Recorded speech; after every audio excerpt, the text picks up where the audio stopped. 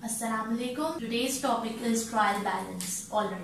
First of all, we must know that what are the reasons for making a trial balance. यानी कि हमको कौन सी वजूहात हैं कि हमें trial balance बनाने की जरूरत पड़ी. Number 1, used as a starting point to prepare SOCI or SOFP. SOCI, that is a statement of comprehensive income, जिसको statement of profit and loss के नाम से भी जाना जाता है. SOFP, that is the statement of financial position, जिसको balance sheet भी कहा जाता है. ऑलराइट, तो हमें जर्नल और लेजर के बाद ट्रायल बैलेंस बनाने की क्या जरूरत पेश आई, वो है ये कि अगर हम जर्नल और लेजर के बाद फौरन बाद अगर हम statement of comprehensive income and statement of financial position बना देते तो फिर हमें जर्नल और लेजर से सारी इंफॉर्मेशन गैदर करने में बहुत मुश्किल पेश आती, because there's number of transactions going on day-to-day basis and a number of accounts in the ledger account, all right, in the ledger book, all right. तो उसमें से इंफॉर्मेशन लेके SOCI और SOFP बनाने में टाइम बहुत लग जाएगा एंड मुश्किल भी बहुत होगी. It will be very complicated and confusing. So the best way was to design another book और another system through which it becomes easier to take the information or to take the transactions and transfer them to the SOCI and SOFP. तो हमने design किया trial balance. Trial balance design किया गया इसीलिए कि ताकि journal और laser में से सारी इंफॉर्मेशन एक जगह हम लिख लें ट्रायल बैलेंस की शक्ल में और फिर हमें आसानी हो, हम सिर्फ ट्रायल बैलेंस को देखें और उसको देखते हुए हम अपना statement of comprehensive income and financial position दोनों बना लें. Okay. Next reason was shows the current balances on all asset, expenses, liabilities, income and capital. यानी कि इन पांचों कैटेगरीज के बैलेंसेस, करंट बैलेंसेस को शो करता है ट्रायल बैलेंस, जिससे हमें हेल्प मिलती है कि हम ओवरऑल बिजनेस के एनालिसिस कर सकते हैं that okay what is the current situation, what is the current position of the business's assets, liabilities, income, expenses and capital. Okay, and the third reason, which is the most important, is that to identify certain types of errors. To identify certain types of errors. क्यों ये जरूरत पेश आई? क्योंकि पहले के जमाने में हमारे पास ना कंप्यूटर सॉफ्टवेयर होते थे, अकाउंटिंग सॉफ्टवेयर होते थे, ना कंप्यूटर्स होते थे. तो हर जर्नल और लेजर्स में जितने भी ट्रांजैक्शंस पोस्ट किए जा रहे होते थे सब मैनुअली इन अ रजिस्टर, और एक अकाउंटेंट बिठाया जाता था, क्लर्क बिठाया जाता था जो ये काम करता था.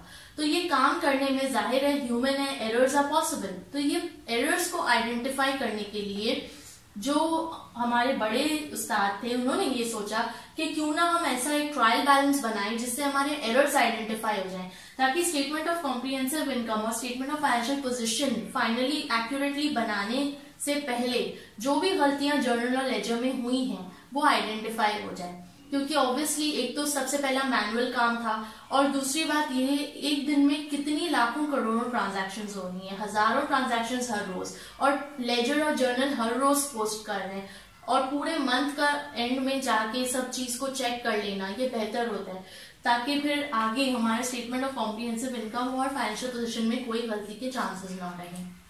ऑलराइट, तो ये 3 रीजंस आ गए हमारे पास that why trial balance is made और यूज्ड. नेक्स्ट, ट्रायल बैलेंस को हम बनाते कैसे?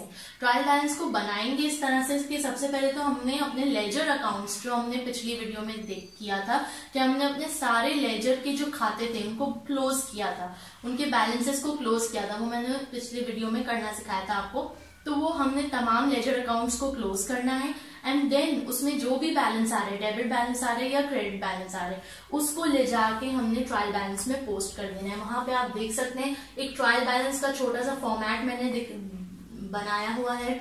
वहां पे देखें assets, liabilities, capital, income, expenses, पांचों कैटेगरीज आएंगी. Again same golden rule apply होगा. Assets will go in the debit, liabilities on the credit, capital credit, income credit, expenses debit.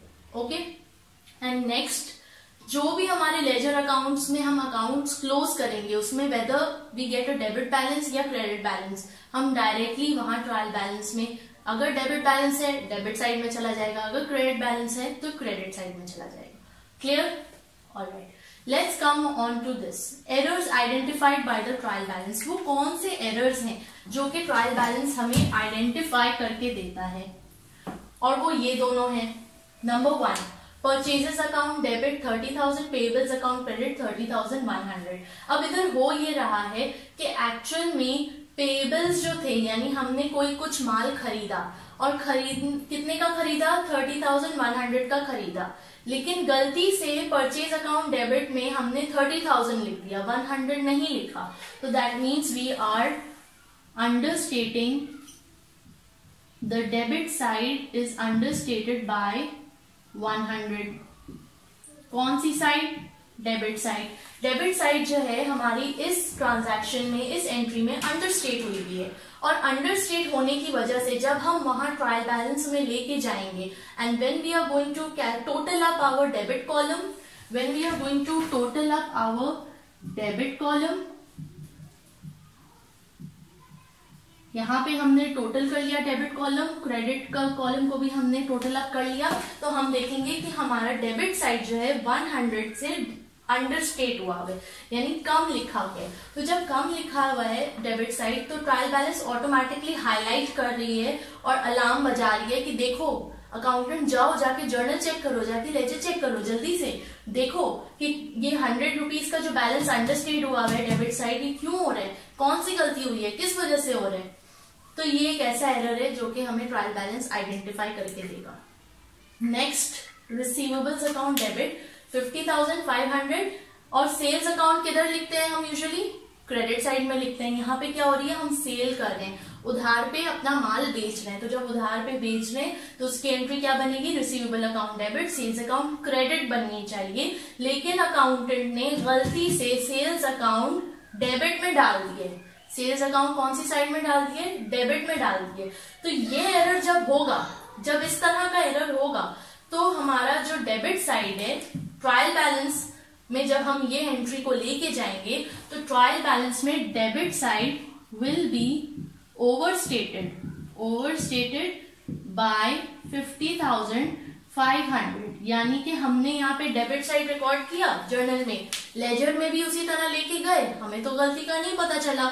फिर जैसे ही हमने ट्रायल बैलेंस बनाया तो हमने 50,500 डेबिट में लेके गए, प्लस सेल्स को भी डेबिट में लेके चले गए, 50,500 लिख दिया।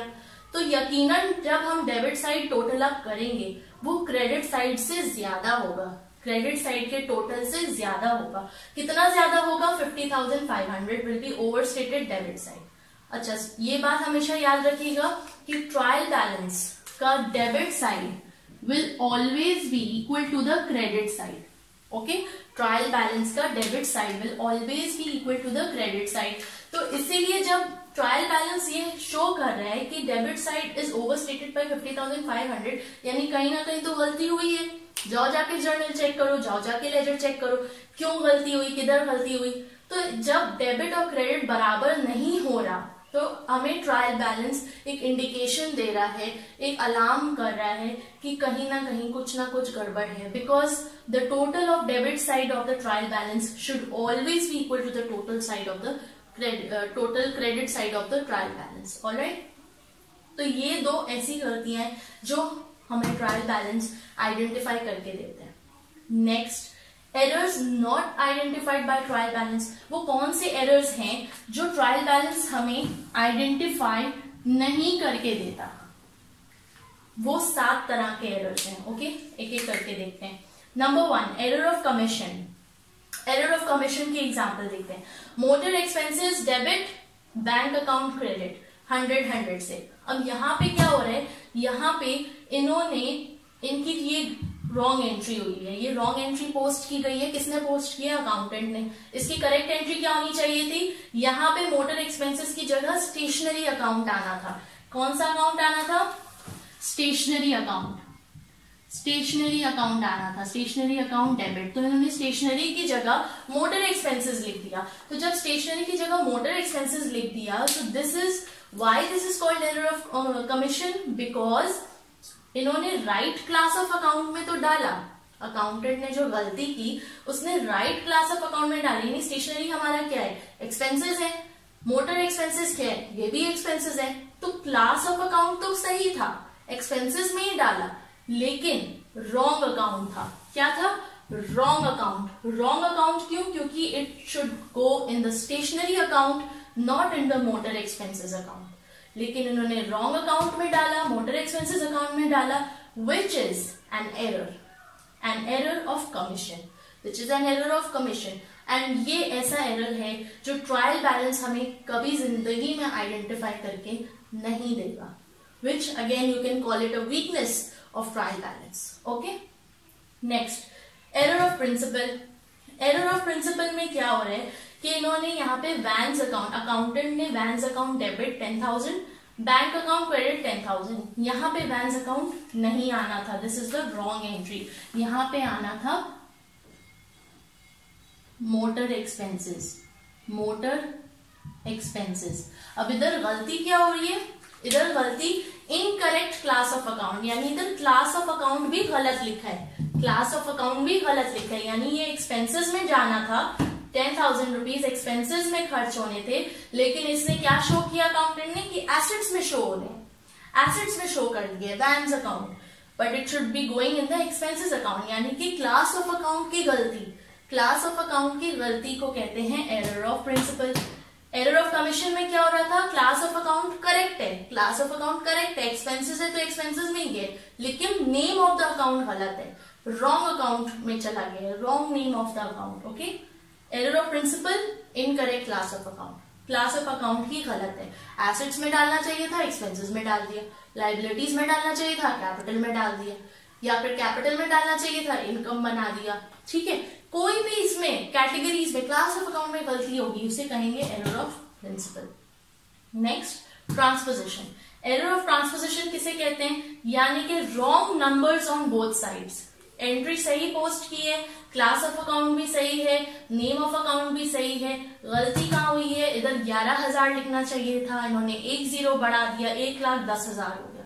दोनों साइड में, डेबिट साइड में भी 1,10,000 लिख दिया, क्रेडिट साइड में भी 1,10,000 लिख दिया, दोनों साइड में गलती हुई है, that means it's an error of transposition. Figures में गलती and on top of that दोनों साइड में गलती। तो ये ऐसी गलती है जो कि हमारा ट्रायल बैलेंस हमें आइडेंटिफाई करके नहीं देगा। Okay, next compensating error. Compensating error ऐसा एरर होता है, one error cancels out another error, यानी एक एंट्री, एक ट्रांजैक्शन में गलती हुई और दूसरे ट्रांजैक्शन में भी गलती हुई, उन दोनों गलतियों ने आपस में एक दूसरे को कैंसिल आउट कर दिया। कैसे देखते हैं, एक ट्रांजैक्शन ये हुई है, rent account debit 1000, cash account credit 1500, यानी इसमें क्या हो रहा है, इसमें हमारा पैसा किधर जा रहा है, रेंट भरने में जा रहे हैं, कितना जाना चाहिए 1500। गलती क्या हुई है, गलती हुई है इन्होंने रेंट अकाउंट डेबिट साइड में 1500 की जगह 1000 लिख दी है। क्या लिख दिए, 1000 लिख दिए, यानी यहाँ पे डेबिट साइड हमारा अंडर स्टेट हुआ है, कितने अमाउंट से, 500, understated by 500. Okay, debit side is understated by 500. यहां क्या हो रहा है, दूसरी ट्रांजैक्शन में heat and light debit 1500, cash account credit 1000। अब ये जो कैश अकाउंट क्रेडिट 1000 है, ये करेक्ट एंट्री हुई है, यानी कि हीट एंड लाइट का जो खर्चा है वो 1000 है, लेकिन इन्होंने डेबिट साइड में, अकाउंटेंट ने डेबिट साइड में क्या रिकॉर्ड किया है, 1500, यानी कि 500 ज्यादा रिकॉर्ड कर दिए, 500 ज्यादा रिकॉर्ड कर दिए, यानी कि ओवर स्टेटमेंट आ गई, इधर आ गई ओवर स्टेटेड 500 डेबिट साइड। ठीक है, ओवर स्टेटेड है, तो जब ओवर स्टेटेड है यहां पे इस ट्रांजैक्शन की वजह से debit side is getting overstated by 500 and इस ट्रांजैक्शन की वजह से the debit side is getting understated by 500।